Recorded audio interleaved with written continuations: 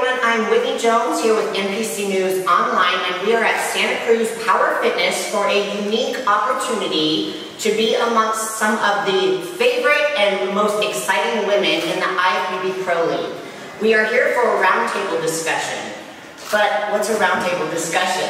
What we're hoping to achieve is to give you guys all some informative information on our experience in the industry.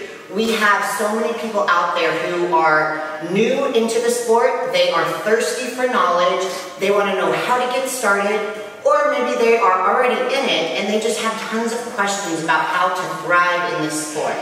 So we all have years of experience in the industry and want to share with you some of our own stories and a lot of the frequently asked questions that come our way. It's kind of like the crazier it is, the more efficient I am. When I have like nothing on my schedule, I'm like, I can really So, you know, planning your schedule. For me, you know, a lot of women thinking about entering the sport of bodybuilding, you know, the thought of being a parent or having a family is something they push off for a long time, but you can really do it all. You can, you know, it just takes looking at your schedule. You know, my daughter is my #1 priority. So, you know, I have to look at our schedules. If she has tutoring or, you know, ballet practice, I might be going to the gym at random times, and maybe my workouts are only half an hour. But I have to, you know, look at my schedule a week in advance. When I plan out on Mondays or Sundays, I look at my schedule a week out. I'm like, okay, Tuesday, I can do, you know, my training at this time. I have this to do for work. So it really comes down to time management, prioritizing your day, and it can all work out. Bodybuilding in itself crosses so many barriers. If you can compete and do it well, it translates into everything else in life. And that's the thing, I think people look at our sport and it's a certain time frame, and it really isn't. All of us live and breathe this. We love it, but that's what I think makes it fun as well. But it is a lifestyle. It's trying to balance everything, because at the end of the day, you're going to the gym, you're eating healthy, you're doing it because it makes you feel good. Right. So it shouldn't be a start, stop, start, stop. But then you start learning the balance. Priorities always have to be part of it. So even when you're in school and you're spending time with your daughter, you're not stopping training. No. No, but that's what I'm saying. But I think that's where the balance. People have problems with the balance because they're trying to be like not part of the sport, do their like what they normally did before, and then in 12 weeks make themselves ready for the sport. And that's where I think the longevity comes in, is when you realize that no, this is a lifestyle. You know what I mean? Sometimes if you only get, like you said, you only get to train 20 minutes here, it's okay because now tomorrow you do an app. You know what I mean? It's not like I'm not training for. You know, I'm training regardless. Yeah, and that's what I'm saying. I think it's that lifestyle that makes balance actually a little bit easier. As long as you're honest with yourself about what you're willing to commit and your expectations. Some people are happy being recreational at something, and that's totally fine. My mom always says this. She goes, you know, when not everyone is serious. And I said, that's fine. Yeah. But you can't say, I want to, you know, win Miss Olympia to me, and then I don't know how to do that without. I have never done that before, and I mean, I'm giving 100,000,000%. So I don't know how to tell someone that they can do like this much effort and achieve this either. You know. Sorry, I didn't even think I was ever going to say one. I just went to the gym because I wanted to put on weight. So getting on.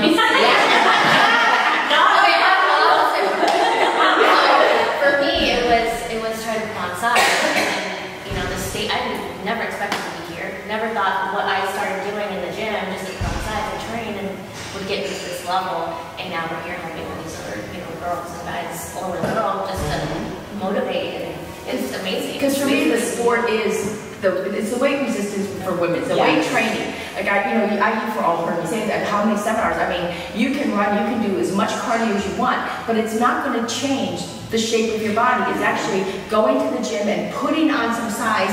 And yes, the scale's going to get a little bit more, but you're actually going to be able to eat more. You're going to be healthier. You know what I mean? And especially, like I said, you are all young, but I'm a lot older, and it's like you will see that. You know what I mean? You don't want to think about it when you're 20, but it will make you seriously a lot younger, a lot healthier when you are in your 60s and 70s. And I'm going to be honest with you, I took a step back and I'm like, you know, maybe I should take some time off. Maybe I should get back on the stage. And I thought to myself, I'm doing this because I love it. Like, if I take a step, I'm only going to like to me, it's like I'm just cutting myself short. I'm not giving myself like what I really enjoy, what I love doing. I've met all of you guys in this sport, and all of my closest friends now are because of this industry. So you learn to, you know, have friendships, relationships, you meet amazing people along the way, and then you take it with you, and then that grow. Then that exactly. Yeah. Social media, you build this like posse, you built this like tribe. You built a huge tribe in this industry, and it's like amazing when you like go out of your way and you meet people outside of this industry. Like that line that's waiting to come in. Yeah, but I also think too, women have to know, especially women that are not long-time athletes, you know what I mean, that have had years of building muscle. You have to know that it's okay to step back. You're not, if a judge comes to you and says that, oh, okay, you need to pull a little bit more shoulders out, or you need to build your glutes a little bit more, whatever it is, you can't say, okay, now next month I'll be doing this show. But that's what we get, I get hit up all the time with that, you know what I mean?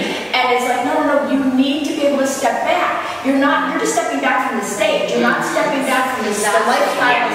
And there's a difference between stepping back to help yourself and to grow in a versus stepping away because you're angry and you want to it's all get to that point where like, oh, I'm done with this, I'm like upset. Well, you will right after you You have to feel the same way, and that's I think what sets everyone apart.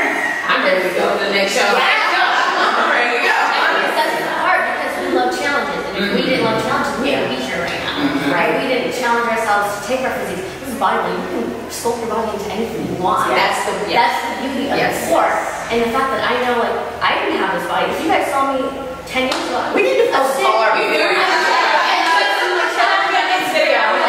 was 55 pounds. I was up and down. I was sick. I was made fun of in high school. I had nothing. So to know that I can sculpt my body into this physique that I have now, it blows my mind because I can only imagine. Okay, what can I do in the next 5 years? What can I do in the next 10 years? It's so much to do in this industry and mentally. Like it's game over. Like if you just set yourself up, no one can stop you. Well, and right now, our masters division, a lot of women that never was, in the sport because now the kids are grown, they have a little bit more time, they also are pretty, they have a little bit more, and financially they're a little bit more stable. Our master division is exactly, because even at that age, at the 45, 50, 60, you can put on muscle, you can change your body. I didn't start till I was 33 this year, and I started turning 40. And I keep every year I'm like, okay, this is my last year. I know. That's what I'm saying. I thought 10 more years. But look at how. I mean, seriously, all honesty. I mean, I have no idea. Like I said, that you turned 40 and stuff. I thought Casey was still 22 or 20. But I think the sport keeps you up. It does. I really do. I think it keeps you in such a positive place. It's not adversity that separates people. It's how you deal with adversity. Because to every single person, whatever you are going through is the hardest thing that you've ever gone through. So every single person has gone through the hardest thing that anybody knows of because that's their life. So everybody has their own story to tell, and it's not your story that separates you. It's actually the way you deal with it. You're at the top. You see, everybody is like so